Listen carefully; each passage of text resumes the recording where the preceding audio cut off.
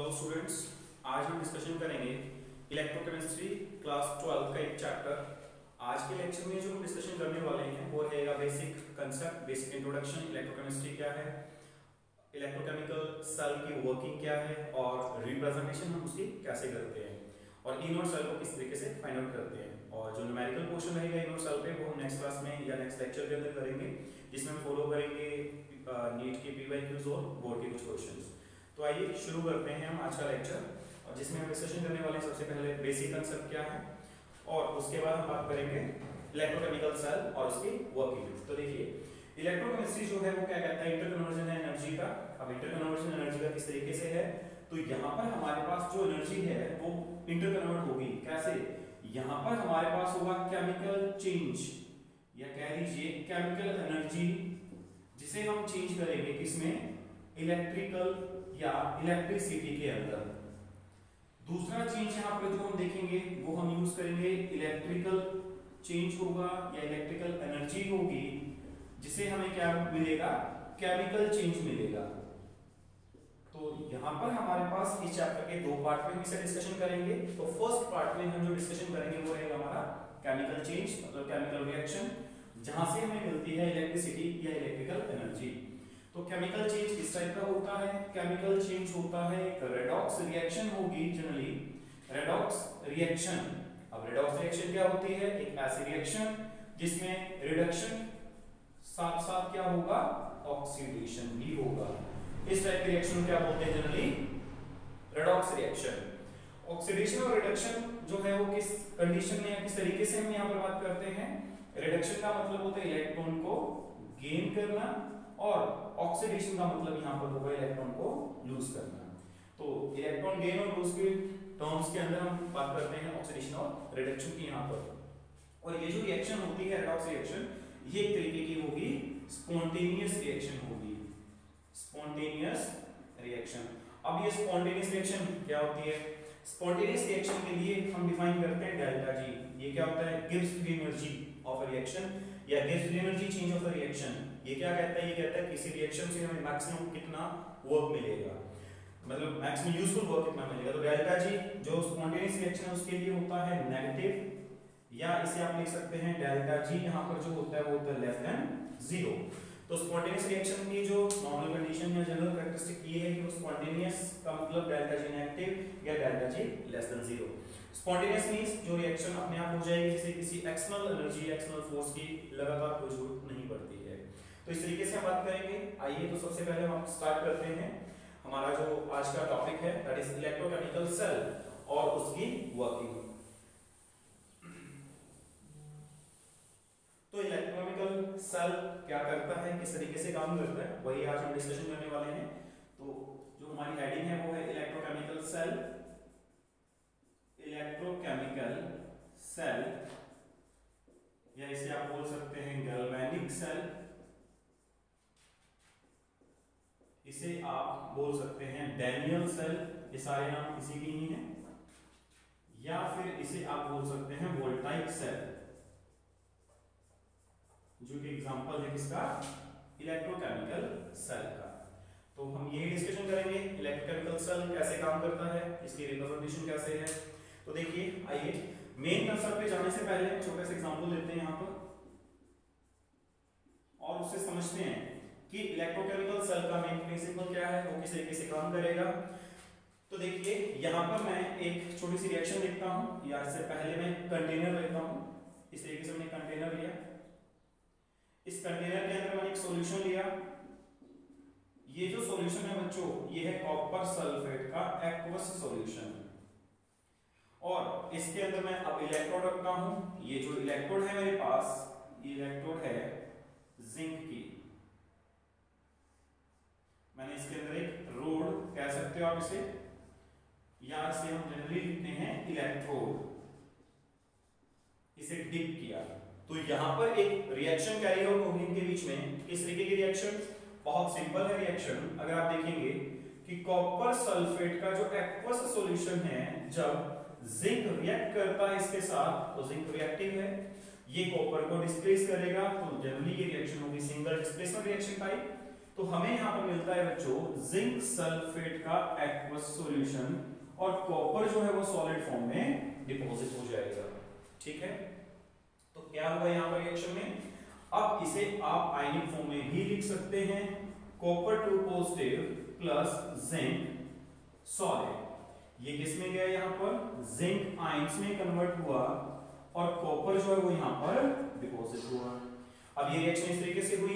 इस रिएक्शन में अगर आप देखेंगे, चेक करेंगे तो कॉपर 2 पॉजिटिव चार्ज है, यहाँ पर कॉपर पे कोई चार्ज नहीं है, it means this is zero charge. तो कॉपर क्या कर रहा है, यहाँ पर इलेक्ट्रॉन गेन करेगा और कहां से गेन करेगा, जो जिंक यहाँ पर इलेक्ट्रॉन क्या कर रहा है, लूज कर रहा है। तो बेसिकली यहाँ पर दो इलेक्ट्रॉन एक्सचेंज हो रहे हैं, दो इलेक्ट्रॉन क्या हो रहे हैं यहाँ पर एक्सचेंज हो रहे हैं इस रिएक्शन में। कॉपर जो है वो उसका हुआ रिडक्शन, इसने इलेक्ट्रॉन को क्या किया है, गेन। जिंक जो है इसका हुआ है ऑक्सीडेशन, क्योंकि इसने दो इलेक्ट्रॉन को क्या किया है, लूज। तो यहाँ पर ये जो रिएक्शन है ये परफेक्ट एग्जांपल है रेडॉक्स रिएक्शन का, कि हमारे पास रिएक्शन किस टाइप की है, एक रेडॉक्स रिएक्शन टाइप है। ओके, अब यहाँ पर जो ऑब्जर्वेशन आप देखेंगे इस कंटेनर के अंदर, तो हमारे पास जो जिंक की रोड है या जो इलेक्ट्रोड है ये डिसॉल्व होनी शुरू हो जाएगी और ये कुछ इस तरीके से इसका वेट लूज होना शुरू हो जाएगा। क्यों, क्योंकि जिंक सॉलिड से आयंस में कन्वर्ट हो रहा है। तो यहाँ पर जो सॉल्यूशन है इसके अंदर जिंक आयन जो है वो क्या होते जाएंगे, इंक्रीज होते जाएंगे और जो कॉपर है वो क्या हो रहा है, यहाँ पर सॉलिड फॉर्म में डिपॉजिट हो रहा है। कहाँ पर डिपॉजिट होगा, वो कुछ इस तरीके से यहाँ पर नीचे डिपॉजिट होगा। ये हमारे पास यहाँ होगा copper solid, reddish brown colour का ये नीचे यहाँ डिपॉजिट होना शुरू हो जाएगा। तो यहाँ एक केमिकल चेंज हुआ, एक रिएक्शन हुई जो बेसिकली किस टाइप की है, स्पॉन्टेनियस रिएक्शन है। ये रिएक्शन अपने आप कैरी आउट हो जाएगी जब हम क्या करेंगे, यहाँ पर एक रोड को इस सॉल्यूशन के अंदर डिप करके रख देंगे। अब हमें यहाँ पर ऑब्जर्वेशन देखने को क्या मिलेगी, ये जो सॉल्यूशन है इसका कहीं ना कहीं टेंपरेचर बढ़ना शुरू हो जाता है, हीट हो जाएगा। ये इसे इजीली मेजर कर सकते हैं थर्मोमीटर की वजह से। इसके अलावा यहाँ पर क्या हुआ, इलेक्ट्रॉन का ट्रांसफर हुआ है, मतलब इलेक्ट्रॉन एक्सचेंज हो रहे हैं। तो देखिए यहाँ पर एक डायरेक्ट रिएक्शन हुई और इस रिएक्शन से जनरली हम कुछ आउटपुट नहीं ले पा रहे हैं, मतलब इलेक्ट्रॉन एक्सचेंज हो रहे हैं और यहाँ टेंपरेचर जो इसका बढ़ रहा है। तो ये हमारे बेसिक कंसेप्ट था जो थ्योरी यूज की गई इसके लिए, इलेक्ट्रोकेमिकल सेल के लिए। तो यहाँ पर जो एनर्जी यूज हो ये एनर्जी है, ये जो इलेक्ट्रॉन है, अब इसी कंसेप्ट को हम यूज करेंगे और हम आगे अब पढ़ेंगे इलेक्ट्रोकेमिकल सेल और उसकी वर्किंग। और ये जो रेडॉक्स रिएक्शन है, ये जो स्पॉन्टेनियस रिएक्शन है, ये किस तरीके से हमें इलेक्ट्रिसिटी या इलेक्ट्रिकल जो एनर्जी है वो जनरेट करेगी। तो आइए चलते हैं हमारे सेल की ओर, दैट इज इलेक्ट्रोकेमिकल सेल। क्या होता है, किस तरीके से काम करेगा और कैसे वहां पर इलेक्ट्रिकल एनर्जी या पोटेंशियल डिफरेंस जो है वो जनरेट होता है। ओके, आओ बच्चों देखते हैं हमारा इलेक्ट्रोकेमिकल सेल, जिसे हम बोलते हैं गैल्वेनिक सेल, डेनियल सेल या voltaic cell, that is an example of galvanic cell. तो यहां पर गैल्वेनिक सेल या इलेक्ट्रोकेमिकल सेल के लिए मैं अगेन कंसीडर करता हूं जिंक कॉपर सेल को। तो यहां पर मैं किसे कंसीडर करता हूं, जिंक कॉपर सेल। वैसा नहीं कि सिर्फ जिंक कॉपर सेल ही बन सकता है, कोई और सेल नहीं बनेगा, ऐसा जरूरी नहीं है। ये बुक में हमें दिया गया है, एनसीईआरटी अगर आप देखेंगे तो जिंक कॉपर सेल का एग्जांपल ले रहा हूं, बाकी कोई भी सेल यहां पर आप लिख सकते हैं। तो जिंक कॉपर सेल को कंसीडर करके पूरी थ्योरी एक्सप्लेन करूंगा, आप इसे समझने की कोशिश करें। तो देखिए जिंक कॉपर सेल में क्या करना है, हमने यहां हमने यूज करना है एक कंटेनर लेंगे, यहां पर एक कंटेनर लिया, इस कंटेनर के अंदर आपने क्या करना है, जिंक सल्फेट का एक्वस सॉल्यूशन लेना है और जिसकी कंसंट्रेशन 1 होगी, मींस 1 मोलर सॉल्यूशन। और इसके अंदर आपने क्या करना है, जिंक की इलेक्ट्रोड को डिप करना है, जिंक की इलेक्ट्रोड को डिप करना है।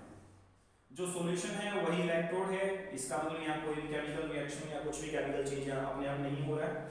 तो ये जो इलेक्ट्रोड हमने यहाँ पर ली है वो है जिंक की इलेक्ट्रोड, इसे हम बोलते हैं हाफ सेल। ये क्या है, हमारे पास एक तरीके का हाफ सेल है। तो ये मेरे पास कंटेनर जिसमें जिंक सल्फेट का सॉल्यूशन लेना है, एक्वस सॉल्यूशन, और हमने कंसंट्रेशन जो रखनी है यहाँ पर वो है हमारे पास 1 है। और यहाँ पर मेरे पास क्या, जिंक की सॉलिड एक इलेक्ट्रोड या एक रोड है। ओके, अब देखिए दूसरा मेरे पास यहाँ पर जो दूसरा हाफ सेल मैं यहाँ पर लूंगा वो मेरे पास होगा एक और हाफ कंटेनर जिसमें मैंने सॉल्यूशन लेना है, और ये जो सॉल्यूशन मैं इस साइड लूंगा वो मैं ले रहा हूं कॉपर सल्फेट का सॉल्यूशन, और उसकी कंसंट्रेशन कितनी है 1 m। कंडीशन स्टैंडर्ड है ये, इसी वजह से यहाँ पर 1 m ले रहा हूं। और इसके अलावा यहाँ पर हमने इलेक्ट्रोड लेनी है, किस चीज की लेनी इलेक्ट्रोड कॉपर की। सो ये हमारे पास इलेक्ट्रोड आ गई कॉपर की, और कॉपर सल्फेट के सॉल्यूशन के अंदर डिप कर दी। तो जब भी हमें कोई भी सेल कंसीडर करना है उसकी इलेक्ट्रोड उसी का रिस्पेक्टिव सॉल्यूशन लेना है। जैसे मैंने जिंक सल्फेट का सॉल्यूशन लिया और जिंक इलेक्ट्रोड, कॉपर सल्फेट का सॉल्यूशन, और यहां पर मैं जो इलेक्ट्रोड ही कंसीडर करूंगा ये मेरे पास किस चीज की होंगी कॉपर की इलेक्ट्रोड होगी। Is that clear? अब देखिए ये दोनों हाफ सेल हैं, इन दोनों हाफ सेल में अपने आप कोई भी चेंज नहीं होगा, कोई रिएक्शन नहीं होगी, लेकिन अब हम इनको क्या करते हैं कनेक्ट करते हैं एक्सटर्नली। अब मैं क्या करता हूं यहां पे इनको कनेक्ट करता हूं और अमीटर यहां पर लगा देता हूं। जैसे ही कनेक्ट करेंगे तो यहाँ पर जो है इलेक्ट्रॉन फ्लो होने शुरू हो जाएंगे। किस तरीके से होंगे तो देखिए यहाँ पर रिएक्शन होगी, किस टाइप की रिएक्शन होगी, एक रेडॉक्स रिएक्शन होगी जो कैसी है स्पॉन्टेनियस है। जैसे ही वायर को आप कनेक्ट करेंगे तो यहाँ एक रिएक्शन होगी स्पॉन्टेनियस, मींस डेल्टा जी जिसका होगा नेगेटिव। तो कैसी रिएक्शन है ये स्पॉन्टेनियस रेडॉक्स, इस तरीके की रिएक्शन। तो देखिए zinc sulphate copper sulphate aqueous means 1 m plus zinc solid, ये जो रिएक्शन होगी कुछ इस तरीके से हमारे पास आएगा zinc sulphate plus copper solid. तो दोनों हाफ सेल को कनेक्ट किया एक्सटर्नल वायर से, अमीटर लगा दिया जिसका डिफ्लेक्शन है बता देगा फ्लो ऑफ करंट के बारे में। तो ये कैसे रिएक्शन हुई, किस तरीके से हुई, वो अब हम डिस्कशन करेंगे।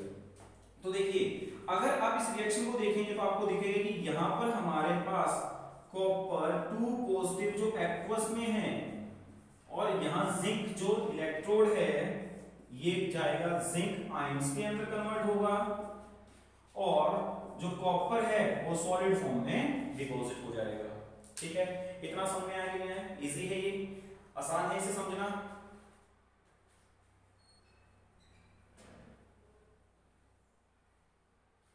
ओके, तो अब देखिए हमारे पास क्या है कॉपर जिंक आयन और कॉपर। तो यहां पर ये रिएक्शन किस तरीके से हुई, तो अब अगर यहां पे आप इस इलेक्ट्रोड को देखेंगे यहां क्या हो रहा है, जो जिंक सॉलिड है वो किस में जा रहा है जिंक आयन में जा रहा है।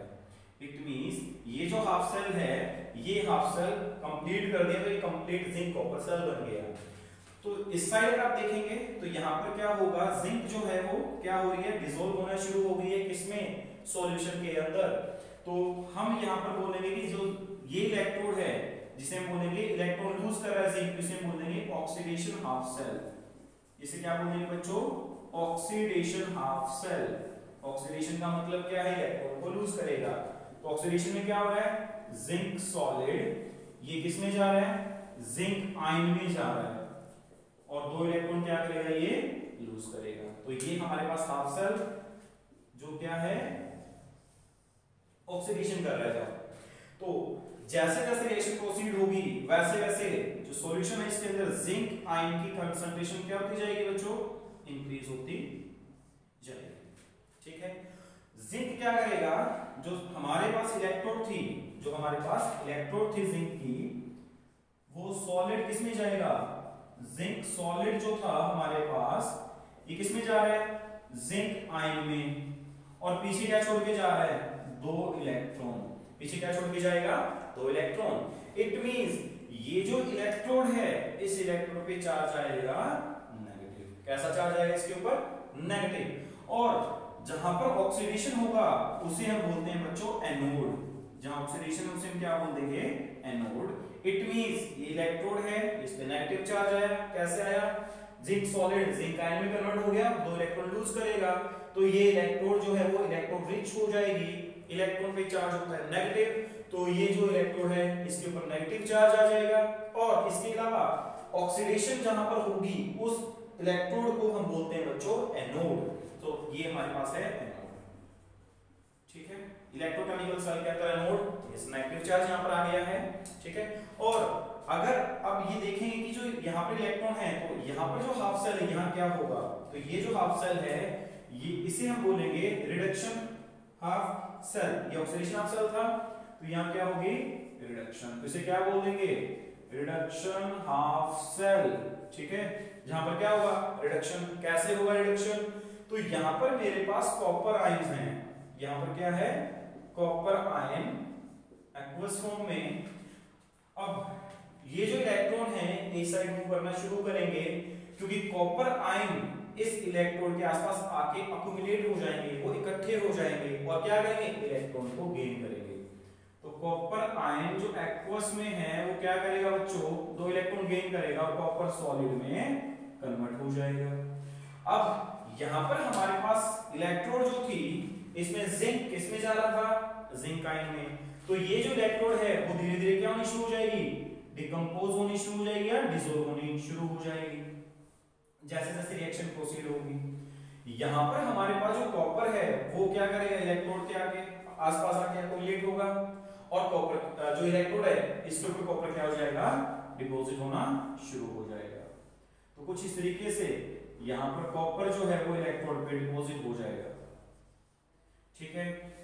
और यहां से हम ये बोल सकते हैं कि कॉपर आयंस की जो कंसंट्रेशन है सॉल्यूशन में या कॉपर आयंस जो है वो सॉल्यूशन में क्या होने शुरू हो जाएंगे कंटीन्यूअसली डिक्रीज होने शुरू हो जाएंगे।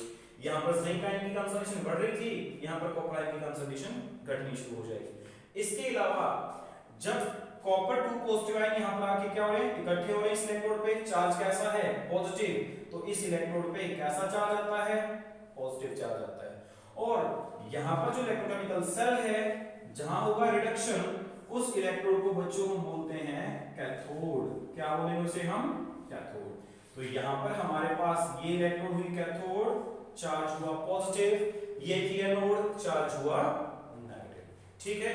ओके अब देखिए हमारे पास अब यहां पर क्या होगा ये डिपॉजिट होना शुरू हो गया और इलेक्ट्रॉन जो है वो यहां से इस साइड जो है मूव करना शुरू कर देंगे। मींस इलेक्ट्रॉन कहां से कहां फ्लो करेंगे, इलेक्ट्रॉन यहां पर हमारे जो है बच्चों फ्लो करेंगे कहां से कहां कैथोड सॉरी एनोड से कैथोड, एनोड से कहां जाएंगे कैथोड की ओर, या आप इसे ये बोल सकते हैं कि जिंक से ये मूव करेंगे किसकी ओर कॉपर की ओर, कहां से कहां मूव करेंगे जिंक से कॉपर की ओर जो इलेक्ट्रॉन का मूवमेंट रहेगा। और हमें ये पता है कि बाय कन्वेंशन ये जो करंट है वो क्या करेगा इस डायरेक्शन में फ्लो करेगा, so this is flow of current. और इस तरीके से यहां पर पोटेंशियल डिफरेंस जनरेट हो जाएगा, यहां क्या हो जाएगा बच्चों पोटेंशियल डिफरेंस जनरेट हो जाएगा। पोटेंशियल डिफरेंस कह सकते हैं आप या उसे ईएमएफ कह सकते हैं। अब पोटेंशियल डिफरेंस और ईएमएफ में क्या फर्क है, पोटेंशियल डिफरेंस कोई भी सेल या बैटरी जब वर्किंग में होगी उस टाइम हम जो पोटेंशियल डिफरेंस फाइंड आउट करते हैं उसे बोलेंगे ईएमएफ, वर्किंग में जब होगी तो उसे बोलेंगे पोटेंशियल डिफरेंस और जब वर्किंग में नहीं है तो उसे बोलेंगे EMF that is electromagnetic force, ठीक है। तो जब यहां पर करंट फ्लो होना शुरू हो जाएगा, इलेक्ट्रॉन फ्लो होने शुरू हो जाएंगे साइड से, यहां पर जो पोटेंशियल डिफरेंस आता है बच्चों वो आता है 1.1 वोल्ट। कैसे आया इसे हम आगे डिस्कशन करेंगे कि इसे हम किस तरीके से फाइंड आउट कर सकते हैं, वो हम आगे डिस्कशन करेंगे।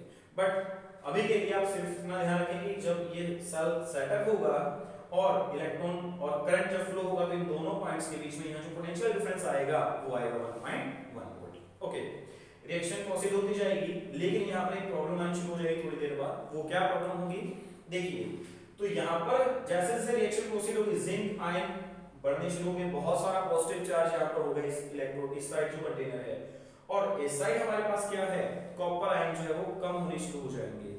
तो जैसे जैसे रिएक्शन प्रोसीड होगी कुछ टाइम बाद ये जो हमारे पास जिंक है, जो जिंक सॉलिड है वो जिंक आयन में कन्वर्ट नहीं हो पाएगा। क्यों नहीं हो पाएगा, क्योंकि यहाँ पर बहुत सारा ऑलरेडी पॉजिटिव चार्ज आ चुका है। अब इतना सारा पॉजिटिव चार्ज आने की वजह से और जिंक सॉलिड जिंक आयन में कन्वर्ट नहीं हो पाएगा। इट मींस जिंक आयन में कन्वर्ट नहीं होगा तो ऑब्वियसली इस साइड भी क्या होगा कॉपर पॉजिटिव चार्ज जो यहाँ पर थे वो कम हो गए सॉल्यूशन में, क्योंकि कॉपर 2 पॉजिटिव किसमें डिपॉजिट हो गए कॉपर सॉलिड में, इस इलेक्ट्रोड के ऊपर डिपॉजिट हो गए। और कॉपर आयंस की जो है यहाँ पर कंसंट्रेशन कम हो गई। तो ऐसा होने से क्या होगा, ये जो आपका सेल है ये कुछ टाइम बाद काम करना छोड़ देगा। लेकिन हमें कुछ इस तरीके का सेल चाहिए जो लंबे टाइम के लिए काम करे, तो हम क्या करेंगे यहाँ पर, अब यहाँ पर हम एक कंसेप्ट यूज करेंगे, एक इस तरीके का लॉजिक कुछ लगाएं कि ये काम जो है सेल का थोड़े लंबे टाइम तक के लिए चले। तो आइए अब क्या है वो, तो ये रिएक्शन आपने देखी ली है, दो रिएक्शन मैंने लिखी थी, रिडक्शन और ऑक्सीडेशन। ये हमारे पास कंप्लीट सेल की रिएक्शन है। आप आयनिक फॉर्म में भी लिख सकते हो, इसे हाफ सेल की फॉर्म में लिख सकते हो, this oxidation half cell, this is reduction half cell. तो अब हमें यहाँ पर जरूरत है कुछ इस तरीके से इस सेल को कि लंबे टाइम तक के लिए काम करे। तो यहां हम क्या यूज करते हैं, एक इन्वर्टेड, ये यूं कह दीजिए एक यू शेप हम यहां पर यूज करते हैं, यू शेप ट्यूब कुछ इस तरीके की, this is a U shape tube, जिसके अंदर हम फिल करते हैं किसे, इलेक्ट्रोलाइट को। किसे फिल करेंगे बच्चों, इलेक्ट्रोलाइट को। इलेक्ट्रोलाइट क्या होता है, इलेक्ट्रोलाइट वो सब्सटेंस होता है जो आयंस के अंदर डिसोशिएट हो जाता है। आयंस मतलब कैटायन और अनायन। तो यहां पर आप कोई भी इलेक्ट्रोलाइट यूज कर सकते हो, for example potassium chloride, potassium nitrate या फिर अमोनियम नाइट्रेट, ठीक है। तो कोई भी इलेक्ट्रोलाइट हम यूज कर सकते हैं, लेकिन इलेक्ट्रोलाइट जो यूज करेंगे उसमें हमें आयंस की मोबिलिटी का ध्यान रखना है। What is the meaning of it, it means जो आयंस हैं आपके वो एक्चुअली इक्वल स्पीड से मूव करने चाहिए और उनके साइज में बहुत ज्यादा डिफरेंस नहीं होना चाहिए। तो यहां मैंने एक यू शेप्ड ट्यूब ली और इसमें मैंने इलेक्ट्रोलाइट को रखा। इसके अलावा यहां पर मैं इसमें जेली टाइप कुछ यूज करूंगा, जैसे अगर अगर टाइप कुछ है, और इसे एक पेस्ट की फॉर्म में बना लेंगे और यहाँ पे इलेक्ट्रोलाइट को रख देंगे। मैंने यहाँ पर रखा KCl, तो KCl को जब इसके अंदर रखेंगे तो ये किसमें डिसोशिएट होगा बच्चों, K पॉजिटिव और Cl नेगेटिव। ये एक स्ट्रॉन्ग इलेक्ट्रोलाइट है जो K पॉजिटिव और Cl नेगेटिव में डिसोशिएट होगा। अब हम क्या करते हैं, ये जो यू शेप्ड ट्यूब है इसे हम इन्वर्ट करके यहाँ पर लगा देंगे। तो हमें जो इलेक्ट्रोलाइट था इसके अंदर फिल किया हुआ था, ये यू शेप जो ट्यूब है हमारे पास, हमने इसको यहाँ पर लगा दिया। ओके, तो अब यहाँ क्या होने वाला है, ये क्या काम करेगा, हमारा क्या फंक्शन है। एक्चुअली ये जो यू शेप ट्यूब है इसे हम बोलते हैं बच्चों साल्ट ब्रिज। इसे हम बोल क्या बोलते हैं, this is as a salt bridge. इसके अंदर इलेक्ट्रोलाइट है जिसे हमने जेली के अंदर मिक्स करके और एक पेस्ट जैसा बना लिया, और जैसे इसको इन्वर्ट करते हैं यहाँ पर हम कॉटन जो है उसको प्लग कर देते हैं ताकि एकदम से सारी चीजें मिक्स अप ना हो जाए। इस साइड भी कॉटन प्लग करेंगे, यहाँ पर भी साइड पे भी कॉटन प्लग कर देंगे। ओके, तो यहाँ पर मेरे पास जो इलेक्ट्रोलाइट था, लेट ये था मेरे पास KCl, लेट ये मेरे पास था KCl। तो KCl क्या करेगा यहाँ पर इस साल्ट ब्रिज में, इलेक्ट्रोलाइट कैसे क्या काम करेगा, तो देखिए यहाँ पर हमारे पास क्या हो रहा था, जिंक आयन जो बहुत ज्यादा बढ़ गए थे इस कंटेनर में, क्या हुआ था, जिंक आयन बहुत ज्यादा बढ़ गए थे। अब KCl में से Cl नेगेटिव जो इधर माइग्रेट करेगा इस यू शेप्ड साल्ट ब्रिज में से, और जो Cl नेगेटिव है ये क्या कर देगा, जो एक्सेस जिंक आयन थे उनको न्यूट्रलाइज करवा देगा। तो क्या करेगा, जो Cl नेगेटिव है ये कहां जाएगा, इस साइड आएगा, और ये क्या कर देगा, जो हमारे पास एक्सेस में जिंक आयंस की जो कंसंट्रेशन बढ़ रही थी उनको क्या करवा देगा, ये न्यूट्रलाइज करवा देगा। तो इससे क्या होना शुरू हो जाएगा, इससे हमारे पास जो जिंक है वो और ज्यादा जिंक आयन में कन्वर्ट होना शुरू हो जाएगा। इट मींस यहां से फिर से इलेक्ट्रॉन फ्लो होने शुरू हो जाएंगे। और इसी तरीके से हमारे पास क्या था, जो कॉपर है, यहाँ पर क्या था, कॉपर आयन मतलब जो पॉजिटिव चार्ज था वो कम हो गए थे, तो यहाँ पर सल्फेट आयन बहुत ज्यादा बढ़ रहे हैं। यहाँ पर क्या हो रहा है, सल्फेट आयन बहुत ज्यादा आसपास हो जाएंगे इसके। तो इससे प्रॉब्लम थी क्योंकि कॉपर आयन की कंसंट्रेशन घट रही थी, सल्फेट आयन जो है बहुत ज्यादा बढ़ रहे हैं। तो सल्फेट आयन को कौन न्यूट्रलाइज करेगा, यहाँ पर हमारे पास जो K पॉजिटिव है इलेक्ट्रोलाइट का पार्ट, जो मतलब जो पॉजिटिव है कैटायन, वो सल्फेट आयन को क्या कर देगा, न्यूट्रलाइज करवा देगा। तो इससे क्या होगा, इससे हमारे पास जो कॉपर टू पॉजिटिव है वो और ज्यादा इसके पास अक्यूमुलेट होंगे, और जो दो इलेक्ट्रॉन इस साइड से आएंगे उनको फिर से वो कॉपर सॉलिड में डिपॉजिट हो जाएगा, उनको गेन करेगा और ये प्रोसेस चलता रहेगा। तो साल्ट ब्रिज ने दो काम किए यहाँ पर। पहला काम, आयंस को उसने न्यूट्रलाइज किया, जो एक्सेस आयन इधर थे जिंक आयन और इधर हमारे पास थे सल्फेट आयन। दूसरा काम क्या करेगा, as we know that current flow in a close circuit, बाहर जो है करंट इस तरीके से फ्लो करेगा और इनसाइड जो है वो करंट इस साइड से इस तरीके से फ्लो करेगा।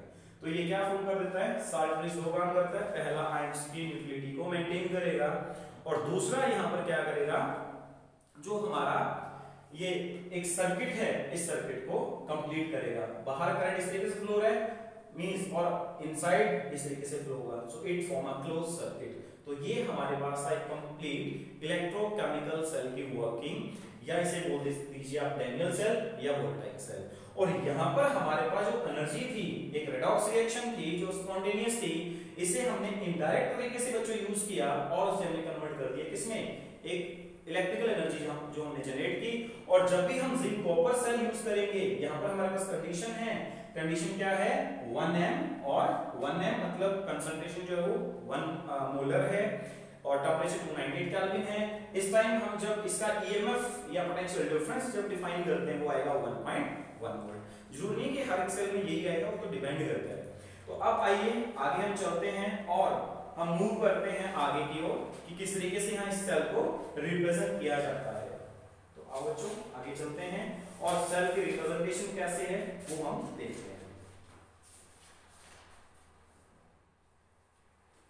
ओके,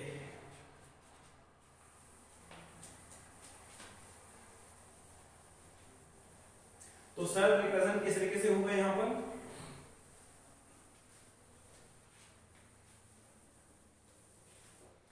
ये जो सेल है इसे हम रिप्रेजेंट कैसे करते हैं। सेल की जो रिप्रेजेंटेशन है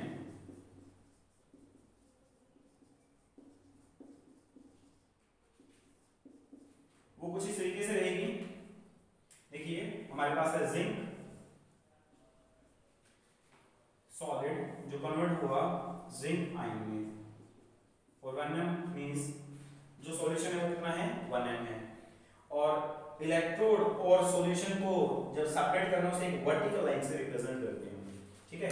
और बीच में हम दो वर्टिकल लाइन यूज करते हैं जो क्या रिप्रेजेंट करता है, ये दो वर्टिकल लाइन आपकी बताती है अबाउट द साल्ट ब्रिज। ये साल्ट ब्रिज को रिप्रेजेंट करने का तरीका है। और ये हमारे पास कहां था, जो हो रहा था ऑक्सीडेशन हाफ सेल, और इस साइड क्या होगा कॉपर 2 पॉजिटिव, तो किसमें कन्वर्ट हो रहा है कॉपर सॉलिड में। ये किस साइड होगा, this is reduction half cell. ये किस साइड होगा, ये जो हमारे पास हाफ सेल है इस साइड ये होगा। तो ये हमारे पास जो है एक सेल को रिप्रेजेंट करने का तरीका है, ठीक है। तो ये पॉइंट है यहाँ पर। इसके अलावा अब यहाँ पर एक इंपॉर्टेंट पॉइंट जो हम डिस्कशन करेंगे कि ये हमारे पास जो ईएमएफ या पोटेंशियल डिफरेंस जो आया है 1.1 वोल्ट आया, कितना है यहाँ पर potential difference. Zinc copper cell के केस में जो इलेक्ट्रोड है या ईएमएफ है जिसे हम रिप्रेजेंट करते हैं ई नोड सेल, इसे हम बोलते हैं standard electrode potential. This is standard electrode potential. इसकी जो वैल्यू आई है वो आई है हमारे पास 1.1 वोल्ट। ओके, इसके बारे में डिस्कशन करेंगे, what is the meaning of electrode potential, इसे कैसे डिफाइन करते हैं, क्या इसका मतलब है। इससे पहले छोटा सा पॉइंट डिस्कशन कर लेते हैं। देखिए मैंने भी आपको थोड़ी देर पहले बताया कि पोटेंशियल डिफरेंस और ईएमएफ इन दोनों में फर्क क्या है। कोई भी सेल जब वर्किंग में नहीं होगा तो उसे बोलते हैं ईएमएफ, और कोई भी सेल या बैटरी वर्किंग उसे बोलते हैं पोटेंशियल डिफरेंस। बट यहाँ पर केमिस्ट्री के अंदर ईएमएफ और पोटेंशियल डिफरेंस दोनों हम टर्म यूज कर सकते हैं, ज्यादा यहाँ डिफरेंस इनमें नहीं होगा। ओके, अब यहाँ पर देखिए, अब यहाँ पर मैं क्या करता हूँ, एक एक्सटर्नल वोल्टेज लगाता हूँ। मैं क्या करता हूँ, एक एक्सटर्नल वोल्टेज अप्लाई करता हूँ यहाँ पर, जो क्या है अपोजिट डायरेक्शन में है। जो हमारा सेल है इसकी पोटेंशियल डिफरेंस कितनी आई 1.1 वोल्ट। अब इसके अपोजिट डायरेक्शन में मैं क्या करता हूँ, एक एक्सटर्नल वोल्टेज लगाता हूँ, और यहाँ पर तीन कंडीशंस का हम यूज करेंगे और तीन कंडीशंस को देखेंगे। तो मैंने यहाँ क्या करना है, जो नेक्स्ट हमारा पॉइंट है वो ये है कि अगर हम एक्सटर्नल अपोजिट वोल्टेज लगाएंगे यहाँ पर इस सेल के साथ तो क्या होगा। तो पहला केस है कंडीशन 1, मैंने जो ई एक्सटर्नल लगाई है वो है 1.1 वोल्ट से कम, मतलब ये 1.1 वोल्ट मतलब करंट इस साइड फ्लो हो रहा है, इस तरीके से इलेक्ट्रॉन इस साइड फ्लो हो रहे हैं, करंट इस साइड फ्लो हो रहा है, और मेरी जो एक्सटर्नल वोल्टेज है वो 1.1 वोल्ट से कम है, और वो क्या करेगी, वो वोल्टेज या पोटेंशियल डिफरेंस इस वोल्टेज के अपोजिट है, इसका अपोज कर रहा है, बट स्टिल उसकी जो मैग्नीट्यूड है उसका जो वैल्यू वो 1.1 वोल्ट से कम है। इट मींस इस केस में आपका जो सेल है वो इलेक्ट्रोकेमिकल सेल की तरह ही काम करता रहेगा, इलेक्ट्रोकेमिकल सेल के जैसे ही काम करता रहेगा, यहाँ कोई चेंज नहीं आएगा।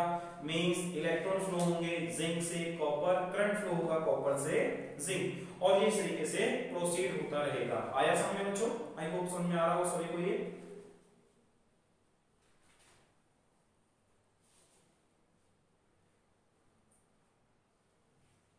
ओके, अब देखिए केस 2, सेकंड केस में क्या करता हूं, जो हमने एक्सटर्नल वोल्टेज लगाई है वो क्या है, एग्जैक्ट 1.1 वोल्ट के बराबर है। तो दो अपोजिट वोल्टेज है, दोनों एक दूसरे का अपोज करेंगे और दोनों का मैग्नीट्यूड क्या बच्चों सेम है, तो इस केस में हमारे पास कोई भी जो है वर्क नहीं होगा। इट मींस कोई सेल यहां काम नहीं करेगा, इट विल स्टॉप वर्किंग, ना इलेक्ट्रॉन यहां से यहां फ्लो होंगे ना यहां से यहां फ्लो होंगे, it will stop working. Now condition number 3, मतलब केस नंबर 3, तो इसमें मैं क्या करता हूं कि जो हमने एक्सटर्नल अपोजिट वोल्टेज लगाई वो 1.1 वोल्ट से ज्यादा लगा दी। अब इस केस में जो हमारा जो ये वर्किंग है सेल की ये रिवर्स हो जाएगा। It means in this case now electrochemical cell जो है it will work as electrolytic cell. ये कैसा काम करना शुरू कर देगा बच्चों, इलेक्ट्रोलाइटिक सेल जैसा काम करना शुरू कर देगा। What is the meaning of this? इसका मतलब ये है कि यहाँ पर जो सेल पहले अपने आप काम कर रहा था, जो स्पॉन्टेनियस प्रोसेस था, इलेक्ट्रॉन यहाँ से यहाँ फ्लो हो रही थी, करंट यहाँ से यहाँ फ्लो हो रहा था, कॉपर जो है वो यहाँ डिपॉजिट हो रहा था, जिंक जो है वो डिसॉल्व हो रही थी। लेकिन इस कंडीशन में क्या होगा, इस कंडीशन में हमारे पास जो जिंक है वो डिसॉल्व होने जो है वो डिपॉजिट होनी शुरू हो जाएगी, और कॉपर जो है वो क्या होना शुरू हो जाएगा, डिसॉल्व होना शुरू हो जाएगा। इट मींस ये एक नॉन स्पॉन्टेनियस प्रोसेस है जिसे कैरी आउट करने के लिए एक्सटर्नल वोल्टेज जो है वो ग्रेटर देन 1.1 वोल्ट कंटिन्यूअसली हम इसे लगानी पड़ेगी। और जब भी नॉन स्पॉन्टेनियस प्रोसेस आता है उसका डेल्टा जी क्या होगा, उसका जो डेल्टा जी होगा वो ग्रेटर देन 0। इट मींस यहां डेल्टा जी हमारे पास आएगा बच्चों पॉजिटिव। Is that clear? समझ आया? ओके, अब हम नेक्स्ट पॉइंट पे मूव करते हैं, आगे डिस्कशन करते हैं। हमारा जो पॉइंट है इलेक्ट्रोड पोटेंशियल। इलेक्ट्रोड पोटेंशियल का मतलब क्या होता है वो डिस्कशन करते हैं। रिप्रेजेंटेशन हम आगे भी कुछ एग्जांपल डिस्कशन करेंगे। अभी सिर्फ मैंने एक छोटा सा पॉइंट यहां बता दिया आपको कि ये लेफ्ट हैंड साइड हमारे पास है, ये राइट हैंड साइड है, ये होगा जिंक से जिंक आयन, ये कॉपर आयन से कॉपर सॉलिड, ये साल्ट ब्रिज, ये वर्टिकल लाइन इलेक्ट्रोड और सॉल्यूशन को सेपरेट करेगी। Is that clear? ओके, अब हम बात करते हैं इलेक्ट्रोड पोटेंशियल। इलेक्ट्रोड पोटेंशियल क्या होता है? तो बच्चों नेक्स्ट हमारा जो छोटा सा पॉइंट है वो है इलेक्ट्रोड पोटेंशियल। कैसे डिफाइन करते हैं इलेक्ट्रोड पोटेंशियल को, मतलब क्या है इलेक्ट्रोड पोटेंशियल का। तो उसे भी समझने के लिए हम छोटा सा एक पॉइंट डिस्कशन करता हूं, छोटा सा एग्जांपल लेता हूं, उसे समझने के लिए कि इलेक्ट्रोड पोटेंशियल आप कैसे डिफाइन करेंगे, किस तरीके से देखेंगे।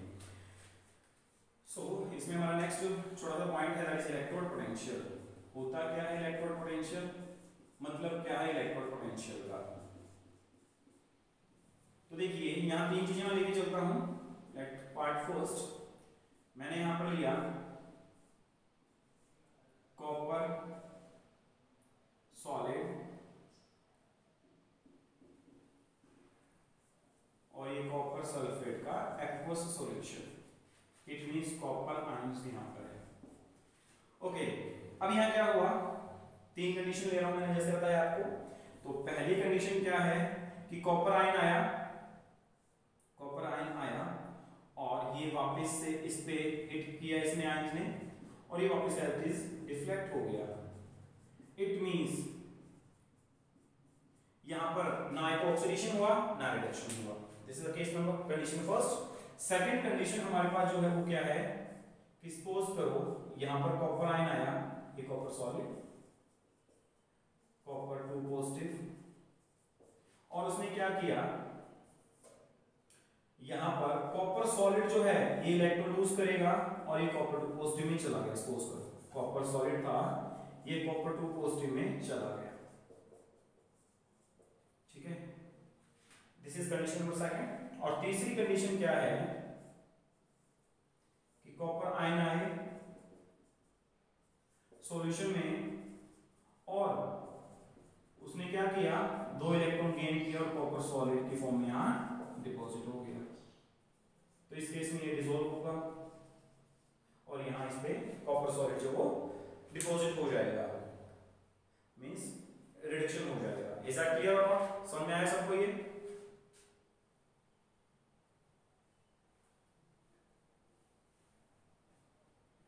ओके, अब देखिए यहां पर हमारे पास जो इलेक्ट्रोड पोटेंशियल है वो क्या है, किस तरीके से है। तो पहली कंडीशन में कुछ भी नहीं हुआ, दूसरी तीसरी कंडीशन में क्या हुआ कि या तो इलेक्ट्रॉन जो है वो लूज करेगा या तो फिर इलेक्ट्रॉन को गेन करेगा। तो इलेक्ट्रोड पोटेंशियल जनरली हम डिफाइन करते हैं टेंडेंसी। इलेक्ट्रोड पोटेंशियल क्या डिफाइन करते हैं? बेसिकली टेंडेंसी किसी इलेक्ट्रोड की इलेक्ट्रॉन को गेन करने की या फिर इलेक्ट्रॉन को लूज करने की। ओके, तो यहां देखिए हमारे पास जो कॉपर सॉलिड है ये कॉपर आयन में कन्वर्ट हुआ, पीछे 2 इलेक्ट्रॉन छोड़ दिया। इट मींस यहां पर जो सॉल्यूशन है और ये जो इलेक्ट्रोड है इनके बीच में चार्ज जो है वो चार्ज आ जाएगा। कैसे? इस पे नेगेटिव चार्ज और यहां पर बेसिकली आप सोच सकते हैं पॉजिटिव चार्ज। तो यहां पर क्या हो गया, बेसिकली चार्ज सेपरेशन हुआ। चार्ज क्या हुआ? सेपरेशन। और चार्ज सेपरेशन हो गया तो वहां पर हम क्या बोल सकते हैं कि वहां पर एक पोटेंशियल डिफरेंस आ गया जिसे हम बोलते हैं इलेक्ट्रोड पोटेंशियल। इसी तरीके से यहां पर भी हम बता सकते हैं कि कॉपर जो इस पे एक्युमुलेट हुआ आकर तो इस पे पॉजिटिव चार्ज आया और जो सॉल्यूशन इस पे कैसा?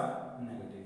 तो यहां पर भी चार्ज सेपरेशन। तो जो चार्ज सेपरेशन है इट मींस एक इलेक्ट्रोड या एक रोड के ऊपर जो भी चार्ज है सॉल्यूशन भी उसका अपोजिट चार्ज। तो यहां पर क्या हो गया कि इलेक्ट्रोड पोटेंशियल जो है उसे डिफाइन इस तरीके से हम कर सकते हैं।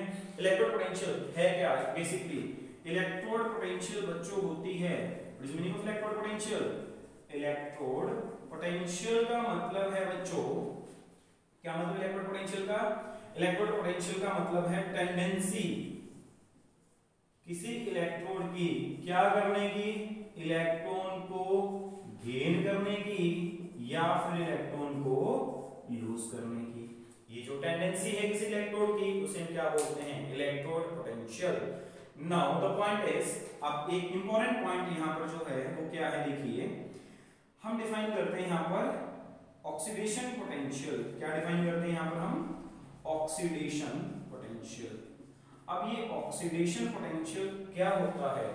यहां पर हमने जो ऑक्सीडेशन की बात की वो किस टर्म में की? इलेक्ट्रॉन को लूज करने के टर्म में। ऑक्सीडेशन मींस क्या है? इलेक्ट्रॉन को लूज करना।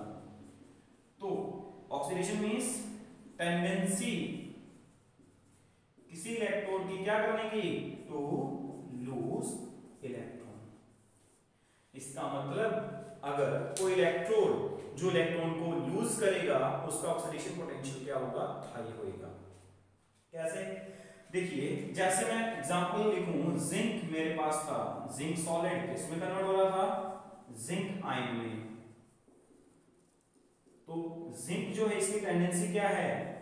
कॉपर के साथ जब इसे कंपेयर किया जाए तो जिंक की टेंडेंसी है जिंक आयन फॉर्म करने की। इसका मतलब इसका ऑक्सीडेशन पोटेंशियल हाई है और किसी भी इलेक्ट्रोड का ऑक्सीडेशन पोटेंशियल हाई होगा इसका मतलब क्या है? किसी भी इलेक्ट्रोड का ऑक्सीडेशन पोटेंशियल अगर हाई होगा बच्चों तो उसकी टेंडेंसी क्या होगी? उसकी टेंडेंसी होगी टू लूज इलेक्ट्रॉन्स इजीली। बहुत इंपॉर्टेंट चीज है, इसका हम यूटिलाइज करेंगे नेक्स्ट लेक्चर के अंदर जब हम न्यूमेरिकल्स करेंगे इनो सेल के ऊपर। और इनो सेल के जो न्यूमेरिकल्स हैं उसे हम जब डिस्कशन करेंगे तो बोर्ड के क्वेश्चंस और नीट की पीवाईक्यूज के बारे में बात करेंगे। तो ऑक्सीडेशन पोटेंशियल क्या है बच्चों? एक तरीके से इलेक्ट्रॉन लूज करने की टेंडेंसी। किसी भी इलेक्ट्रॉन का ऑक्सीडेशन पोटेंशियल हाई है इट मींस उसकी टेंडेंसी क्या है? हाई है इलेक्ट्रॉन को लूज करने की। Is that clear? अब अगर बात की जाए रिडक्शन पोटेंशियल, तो रिडक्शन पोटेंशियल क्या है? Reduction potential, reduction means electron को गेन करने की टेंडेंसी। तो रिडक्शन पोटेंशियल क्या होगा? रिडक्शन पोटेंशियल हमारे पास क्या होगा? रिडक्शन पोटेंशियल, रिडक्शन पोटेंशियल क्या होता है? टेंडेंसी किसी इलेक्ट्रोड की क्या करने की? टू गेन इलेक्ट्रॉन्स, किसी इलेक्ट्रॉन की टेंडेंसी इलेक्ट्रॉन को गेन करने की, दैट इज रिडक्शन पोटेंशियल। अब अगर किसी की रिडक्शन पोटेंशियल की वैल्यू हाई है, रिडक्शन पोटेंशियल की वैल्यू अगर कहीं पर हाई है, इसका मतलब वो क्या करेगा, इजिली इलेक्ट्रॉन्स को गेन करेगा। ठीक है, तो ये कुछ बेसिक चीजें थी जो आपको समझ में आनी चाहिए, आसान है, आप इसे पढ़ सकते हैं और इन्हीं का हम यूटिलाइज करेंगे आगे इनोड सेल की वैल्यू को फाइंड आउट करने के लिए। आई होप सबको समझ में आया होगा, ये आप इसे समझ सकते हैं और ये बेसिक चीजें हैं जो आपको हेल्प करेगी इनोड सेल को फाइंड आउट करने में। अब देखिए हम इनोड सेल फाइंड आउट कैसे करते हैं। अच्छा, जो मैंने लिखा रिडक्शन पोटेंशियल या ऑक्सीडेशन पोटेंशियल, इनको बेसिकली हम बोल देते हैं स्टैंडर्ड रिडक्शन पोटेंशियल या स्टैंडर्ड ऑक्सीडेशन पोटेंशियल। कैसे कैसे बोलते हैं इनको हम, आप बोल सकते हैं स्टैंडर्ड रिडक्शन पोटेंशियल या फिर स्टैंडर्ड ऑक्सीडेशन पोटेंशियल। अब ये स्टैंडर्ड रिडक्शन और स्टैंडर्ड का मतलब क्या है, तो स्टैंडर्ड का मतलब है कि यहाँ पर हमने जो सॉल्यूशन लिया उसकी कंसंट्रेशन हमने 1 ml ली है और जो टेंपरेचर हमने लिया है that is 298 kelvin, that is a standard condition. और इस कंडीशन पे हम बोलते हैं standard oxidation potential and standard reduction potential. अगर किसी का स्टैंडर्ड ऑक्सीडेशन पोटेंशियल हाई है, इसका मतलब उसका ऑक्सीडाइज होने के चांसेस ज्यादा हैं, उसकी टेंडेंसी क्या होगी, इलेक्ट्रॉन को लूज करने की ज्यादा टेंडेंसी होगी, या यूं कह दीजिए इलेक्ट्रॉन इजीली लूज करेगा और इजीली ऑक्सीडाइज होगा। और जिसकी एसआरपी की वैल्यू हाई है, जिसकी एसआरपी की वैल्यू हाई है, उसका क्या होगा, वो इजीली इलेक्ट्रॉन को गेन करेगा या उसकी बहुत ज्यादा टेंडेंसी होगी इलेक्ट्रॉन को गेन करने की। अब बात करते हैं इनोड सेल। आज सिर्फ फॉर्मूले के बारे में बात करेंगे, नेक्स्ट क्लास में हम स्पिन मार्कर्स देखेंगे और किस तरीके से इनोड सेल, और इसके अलावा हम गिवन सेल से रिएक्शन कैसे लिखनी है, गिवन रिएक्शन है उसे सेल कैसे रिप्रेजेंट करेंगे और इनोड सेल कैसे फाइंड आउट करेंगे, वो हम नेक्स्ट लेक्चर के अंदर डिस्कशन करेंगे। तो आज हमारा जो लास्ट पॉइंट है वो इनोड सेल के बारे में, कि ये फार्मूला कैसे हम लिखते हैं। इनोड सेल जो है बेसिकली, यहाँ भी मैंने थोड़ी देर पहले बताया था, जब जिंक कॉपर हमारे पास आया था, मैंने कहा था वहां ईएमएफ जो है या पोटेंशियल डिफरेंस 1.1 वोल्ट था बच्चों। तो वो फाइंड आउट कैसे किया जाता है। इनोड सेल हम लिखते हैं बच्चों E naught of cathode minus E naught of anode. अब कैथोड पे और एनोड पे, कैथोड पे कौन था, जिसका हो रहा था रिडक्शन, और एनोड पे कौन था, anode means always oxidation in case of electrochemical cell. और इस पे चार्ज कैसा आया था, नेगेटिव, और कैथोड पे चार्ज पॉजिटिव। बाकी यहाँ हमें कोई चार्ज तो कोई प्रॉब्लम नहीं है व्हाइल कैलकुलेटिंग इनोड सेल, बस आपको थोड़ा ध्यान रखना है। ओके, अब बाय कन्वेंशन आपने जब भी इनोड सेल फाइंड आउट करना है तो आपने क्या करना है, इनोड सेल की एसआरपी वैल्यू देखनी है। जो हाफ सेल आपके पास कहां पर था, राइट हैंड साइड हमने रखा हुआ था जिसमें हो रहा था रिडक्शन, और लेफ्ट हैंड साइड जो हमारे पास था वहां पे क्या हो रहा था, ऑक्सीडेशन हाफ सेल्स के अंदर।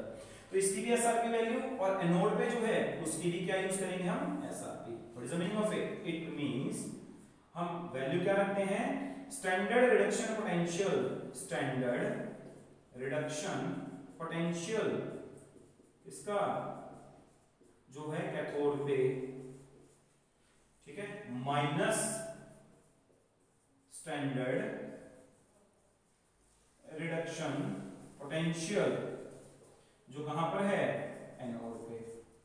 ठीक है, अब कैसे लिखेंगे, तो देखिए हमारे पास जो सेल था बच्चों, मैं जिंक कॉपर की बात करूं तो जिंक कॉपर सेल के अंदर हमारे पास कुछ इस तरीके से मैंने सेल को रिप्रेजेंट किया था, अगर आपको याद है थोड़ी देर पहले बताया हमने आपको, 1m कंडीशन थी, copper 2 positive, 1m copper solid, ये पूरा सेल रिप्रेजेंट किया था। अब ई नॉट कैथोड, ओके, अब यहाँ पे एक छोटी सी ट्रिक है, छोटा सा पॉइंट है जो आप याद रख सकते हैं, एक छोटी सी ट्रिक है बाय यूजिंग लोन, आप इसे ध्यान रख सकते हैं। What is the meaning of it, it means left oxidation anode, N means negative. इसका मतलब क्या है कि बाय कन्वेंशन हम हमेशा क्या करते हैं, इलेक्ट्रोकेमिकल सेल में लेफ्ट हैंड साइड जो होता है कंटेनर उसमें होगा ऑक्सीडेशन, राइट हैंड साइड में जो है बच्चों उसमें क्या होगा, रिडक्शन। तो ये हाफ सेल को कनेक्ट करके हमारे पास क्या आता था, इलेक्ट्रोकेमिकल सेल या टर्मिनल सेल, जिसका वर्किंग हम अभी देख चुके हैं। ओके, तो देखिए यहाँ पर हमने कैथोड एनोड पर ये भी स्टैंडर्ड कंडीशन है, ई नॉट हमें यूज करना है। E not standard condition represent करता है मतलब 1m सॉल्यूशन और 298 केल्विन टेंपरेचर, वो स्टैंडर्ड कंडीशन को मेंशन करता है। तो देखिए यहाँ पर हुआ ऑक्सीडेशन, यहाँ पर हुआ रिडक्शन, लेकिन जब हमने एनोड, ये कहां पर है एनोड पे, क्योंकि एनोड पे क्या हो रहा है ऑक्सीडेशन, और ये कहां पर है कैथोड पे, तो इसे किस तरीके से लिखेंगे, तो इसे आप इस तरीके से लिखेंगे E naught of Zn2 positive Zn solid.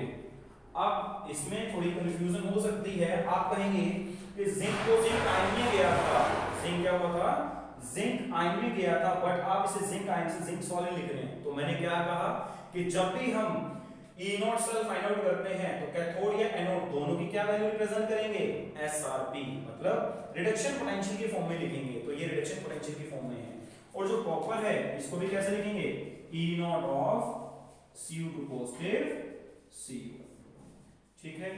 इसका मतलब हमारे पास जो ये ई नॉट सेल है पार्टिकुलरली जिंक कॉपर सेल का, उसे कैसे लिखेंगे, ई नॉट सेल हमारे पास जो है जिंक कॉपर वाला, इसको लिखेंगे E naught of Zn2 positive Zn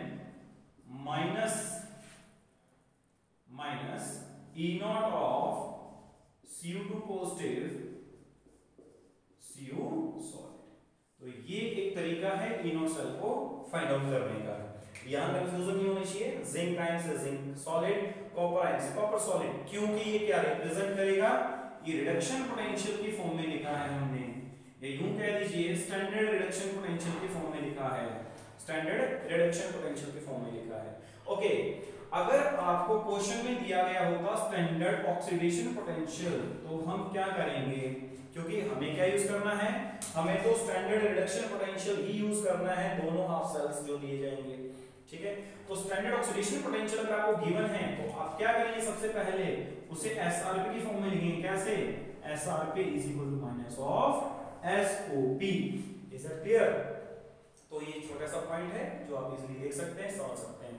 next class में हम इसी के ऊपर न्यूमेरिकल्स करेंगे, ई नॉट सेल, इसके अलावा आपको एक सेल दिया जाएगा, उससे सेल रिएक्शन लिखनी है, सेल रिएक्शन से आपको सेल की रिप्रेजेंटेशन करनी है, और तीसरा पॉइंट हमारा ई नॉट सेल फाइंड आउट करेंगे, क्वेश्चंस करेंगे जिसमें कुछ नीट के क्वेश्चन होंगे और कुछ बोर्ड के। सो आज का लेक्चर इतना ही है बच्चों, थैंक यू वेरी मच।